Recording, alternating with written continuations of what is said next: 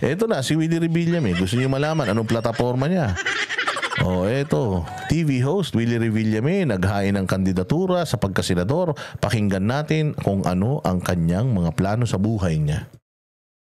Nakakita ko ng mga nag-aaway, ego, pagalingan, hindi naman gano'n ang pagsilbi sa bayan. Dapat busilak ang puso mo sa iyong mga kababayan. Lalo-lalo na mahirap. Kung makikipag-away ako sa Senado, makikipag-away ako para sa mahirap.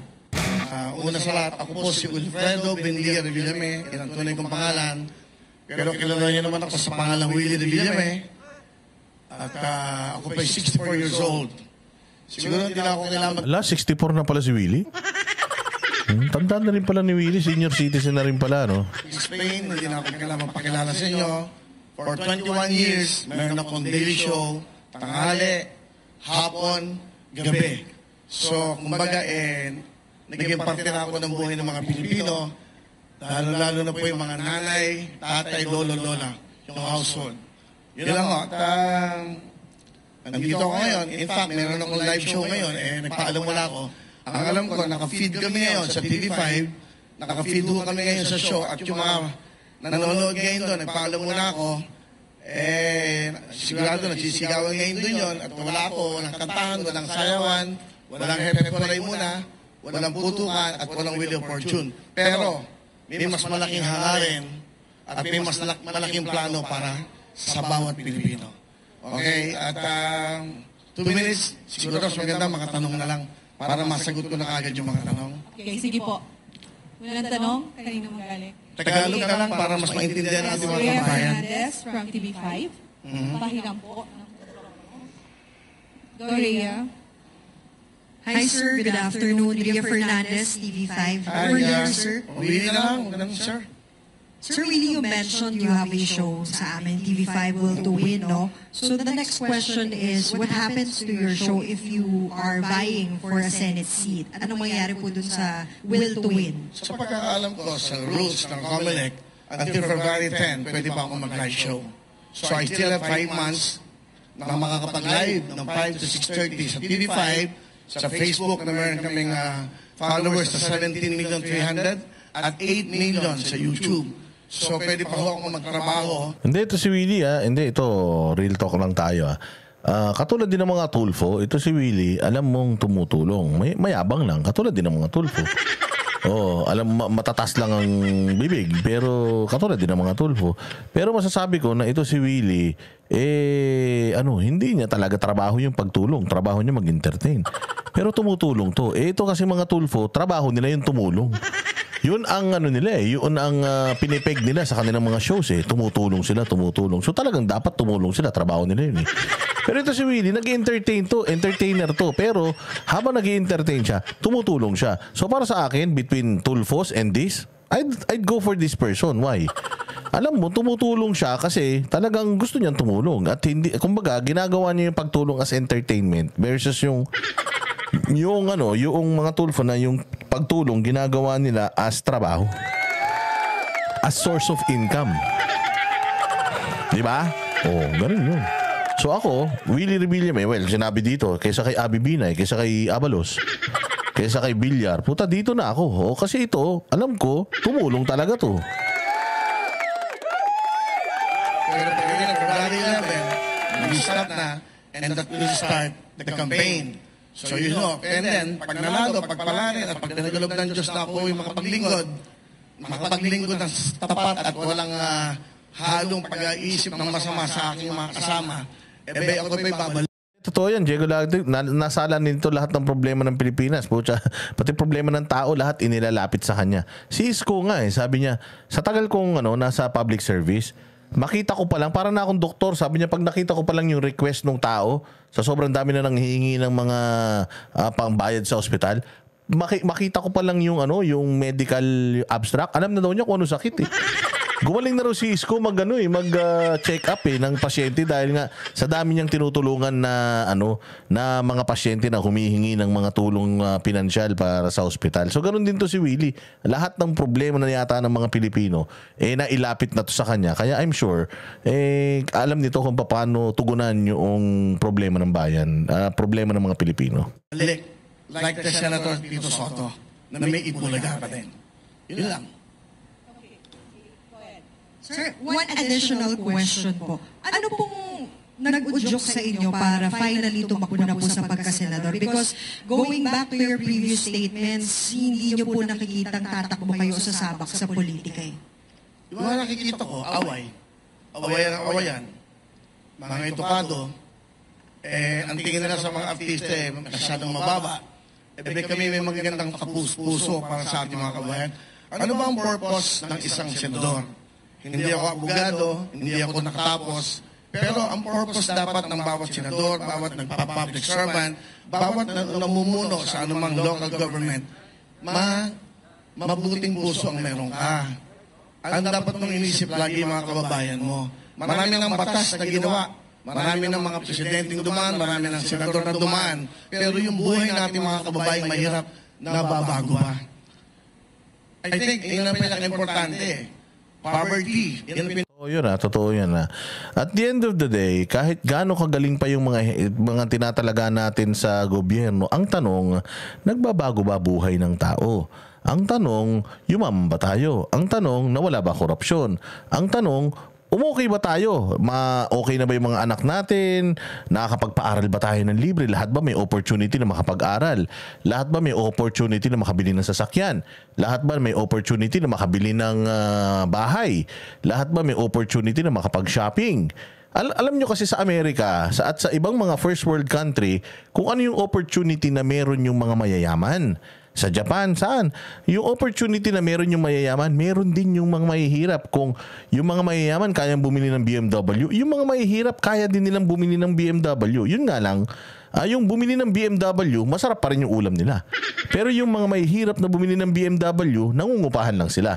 So, priorities. Pero ang punto, dito sa Pilipinas, never kang magkakaroon ng BMW kahit magtrabaho ka sa kumpanya. Hindi mo kayang magkaroon. Kasi nga, sobrang magkalayo talaga yung antas ng pamumuhay natin. Hindi katulad sa ibang bansa na yung opportunity nito na mabili yung mga bagay na to, mabibili nito. Yung mga gusto nyo mga Louis Vuitton, mga gusto nyo mga Hermes, mga sinturon na mga ganyan, mga alahas, yung mga gusto ninyong mga mamahaling mga damit, branded na damit. Dito sa Pilipinas, ang nakaka-afford niyan mayaman. Dito sa Pilipinas, kapag nakalakos ka, mayaman ka. Sa kanila, pag nakalakos ka, pwedeng mayaman ka, pwedeng magarbo ka lang sa buhay.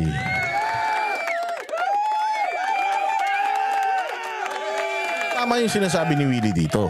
Tama ang sinasabi ni sabi ni Marco. Tama ka, Boss Dada. Kung anong nasa mayaman, ganun din ang sa mahirap. Parehas. Dito sa atin, yung kayang kumain ng steak, yung may mga pera lang. Diyan sa Amerika, lahat kayang kumain ng steak. Hindi kay mahirap ka, kaya mong kumain ng steak. Afford mo pa din yun. Yung opportunity, equal or meron kayong pare-parehas na mga oportunidad. Ito yung sinasabi ni Willie Revillame na sa dami ng nilagay nating mga galing na tao, sa dami ng mga magagaling na ganito, mga galing na ganyan, mga doktor, mga abogado, mga PhD, MBA, mga nilagay natin sa ekonomiya natin, lahat. Ano nangyari sa bayan? Ganun pa rin naman. Mahirap pa rin naman tayo. Kung gaano tayo kahirap noon, mahirap pa rin naman tayo ngayon. At nagpapatuloy lang. The cycle goes on. Mahirap pa rin tayo hanggang sa mamatay tayo. Yung mga anak natin will suffer the same fate as us.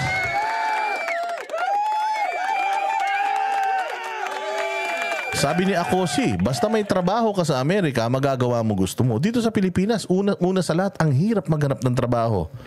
Mantakin mo, magtitinda ka ng ventilador sa SM, hahanapan ka ng 4-year college degree.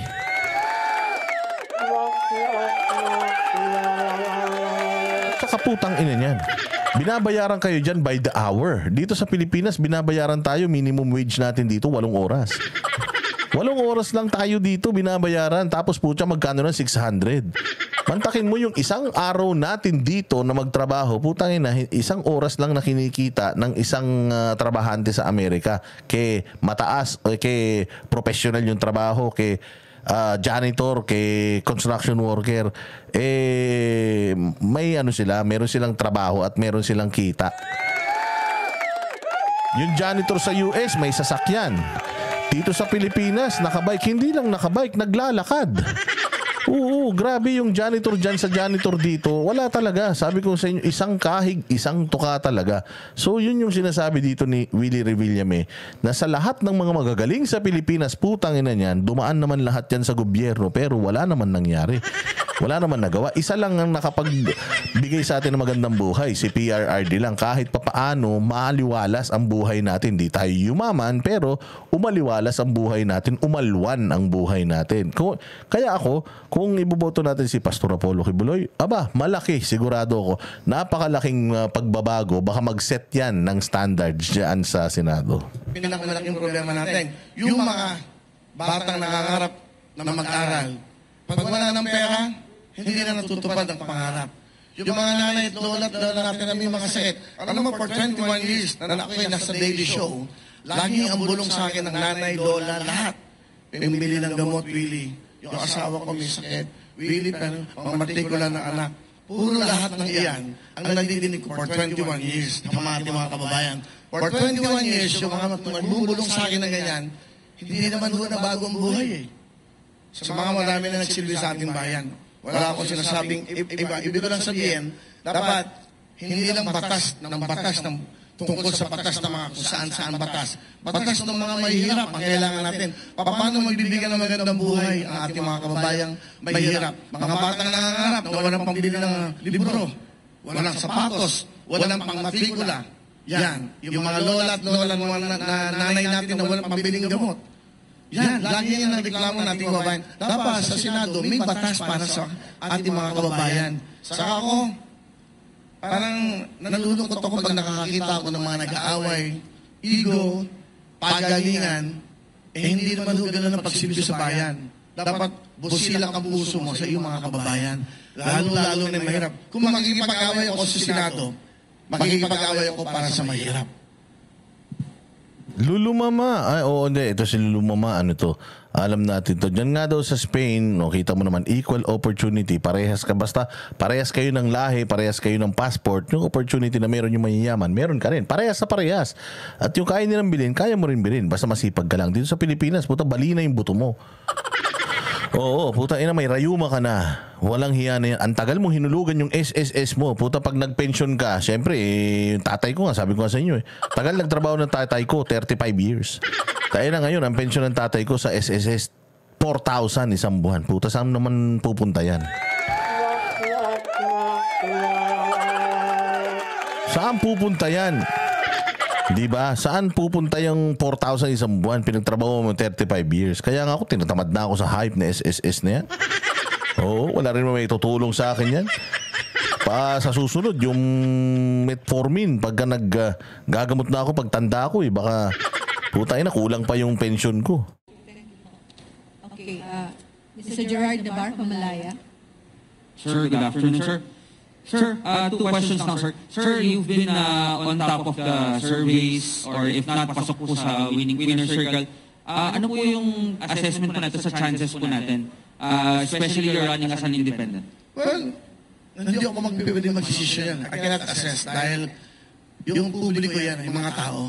Mararamdaman naman sa also my decision kung talagang hindi ako pumapasok sa top 12 o ano, and I will withdraw. Simple lang naman. Ibig sabihin, baka hindi ako gusto ng tao for this privilege na maging senador. I can just come back in my show. Pwede naman gano'n Ang hangaran ka naman dito yun nga, makatulong talaga. Saka makagawa ng kabutihan. Makagawa ng batas. Makagawa ng batas sa ating mga kababayan. Kung nadidinig ka lang araw-araw ang bulong sa akin ng bawat mahihirap, dudugo ang puso mo.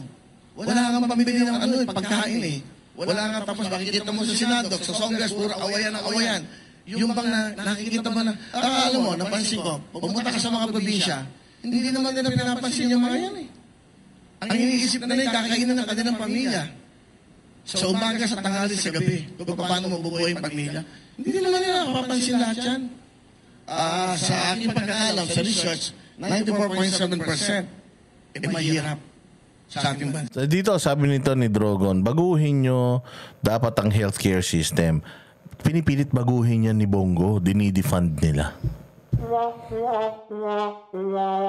Oo, dinidefund nila itong mga projects ni Bongo kasi sinasaayos ni Bongo yung healthcare services ng Pilipinas ng mga para sa Pilipino. Pero kinakangkong nila Putang ina, kita mo nga yung sa PhilHealth. Di naman nila pera, putang nilagay nila sa national budget. Gago, di ba? Ganong katarantadong mga hayop na yan, sa totoo lang. Kahit anong gawin ni Bongo, putang ina, hindi nila pinopondohan yung mga proyekto ni Bongo para hindi magtagumpay si Bongo. Ganun ginagawa nila. O kaya nga, sa totoo lang, challenge talaga. Kasi ang problema, nanalo yung magaling, tas pupolitikahin nila, wala rin. Ito si William kahit manalo to, kung pupolitikahin nila, wala rin magagawa to.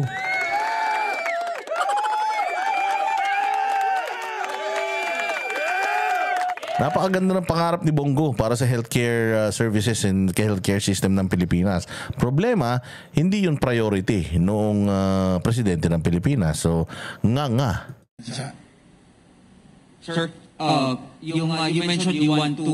Kung ganun, boss, dada ang palakad ng gobyerno, wala din pala magagawa ang kahit senador. Totoo. Pero kung madami kang ilalagay na matinong senador dyan, mapipwersa yung presidente na magtrabaho kasi kayang magpatalsik ng presidente na itong Congress at Senate.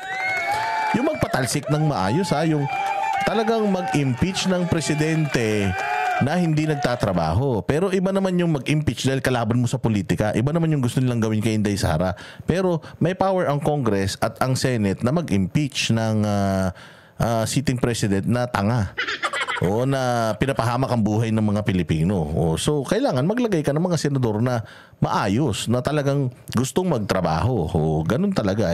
Kailangan natin Kaysa naman, piliin natin si Kiko Pangilinan, si Bam Aquino, putya yan. Walang gagawin mabuti yan sa Senado. At least, itong mga senador ni PRD, alam mo na ang focus talaga nila, taong bayan. Yun ang maganda. Yung iba kasi mga senador, ang focus nila, yung mga businesses nila, protektahan businesses nila, mga kaibigan nila, kumita sila. Yun ang pangit. File bills. Ano po in particular yung mga naisipan natin on top of your mind ngayon na mga bills for the poor po? Well, unang-una, gusto ko yung kay Senator Angara. Yung sa senior, no?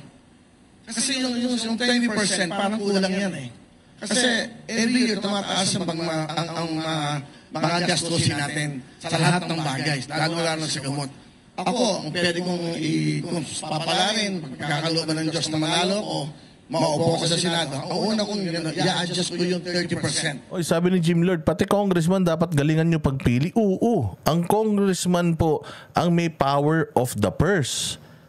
Yung may kapangyarihan sa pera. Putang ina, pag ang congressman magnanakaw, walang mangyari sa Pilipinas. Pag ang congressman kasi ang presidente magtatalaga siya ng budget. Yung Congress ang maghahati-hati ng budget na yun. Kung sino yung bibigyan niya. Ganun sila kamakapangyarihan. Sobrang makapangyarihan ng Congress, mga bossing. Kaya wag niyong mamaliitin yung Congress, lalong-lalo na yung party list. Wag niyong mamaliitin. Parang awa niyo na. Iboto niyo yung pinaka maayos na congressman na tumatakbo sa inyo, hindi yung magnanakaw. Hindi yung naka-Rolex, naka-sports car, hindi yung yumaman dahil nag-Congress. Kailangan yung maganda talaga ang ginagawa sa mga distrito ninyo. Kung meron kayong matagal ng congressman, tapos bako-bako pa rin kalsada nyo. Walang magandang programa para sa distrito nyo. Putang ina, ilibing nyo na yan.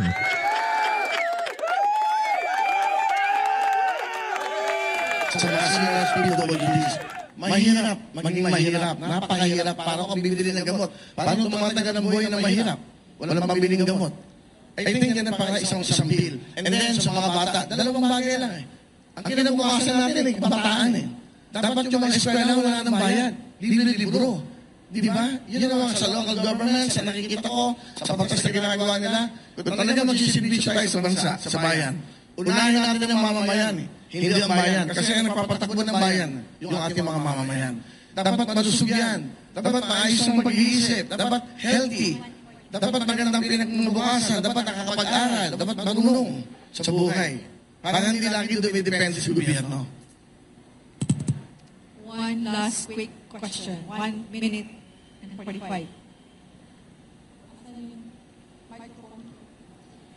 Sherry Ann. Sir, magandang hapon. Opo, Sherry Ann Torres, ABS-CBN. Sir, ano yung mga personal na paghahanda po ninyo na ginagawa ngayon? Kasi andun nga yung malaking possibility na isa sa mga araw na to, pala rin kayo na maging senador. At syempre, alam naman po natin na maliban sa busilak ng puso, mapupunta talaga kayo at mapupunta sa matindihang debate, lalo na kung ipaglalaban nyo yung mga panukalang batas po ninyo. So paano po kayo naghahanda sa mga ganito? Well, hindi ako makikipagdebate. Hindi ako makikipag-away. Makikiusap ako at hindi ako makaharap sa TV na nakikipag-away sa kanila. Pakiusapan namin to, ano ba dapat natin gawin para magtulungan natin itong mga to? Ano bang batas na pwedeng gawin para naman guminawa ang buhay natin mga kababayang mahirap? So I think yun ang pinaka-importante. Hindi mo kailangang ipakita sa TV na magpapangayan kami, pagalingan ng English, pagalingan ng sinasabi. No, I don't think that's the right thing to do. Na maging public servant. Lahat mapag-uusapan eh. Lahat pwede mong pag-uusapan. My colleagues, pwede ba natin gawin to? May mga lugar tayo naghihirap. Napapansin ko sa Bagyo. Tuwing may Bagyo, lagi may problema. Tanggal ng bubong. Yung pupuntahan nila na dapat doon sila ma-accommodate, hindi din sila, binabaha din yun. Anong dapat na paraan? Isa yan sa mga nakikita ko. Kasi during the time na maraming may Bagyo, pinupuntahan ko din yan. Na hindi naman ako public servant. Dahil gusto ko lang makatulong sa ating mga kababayan. Time's up? Parang walang pinakamabilis, ha? Ay. Okay? Okay na? Thank you, sir.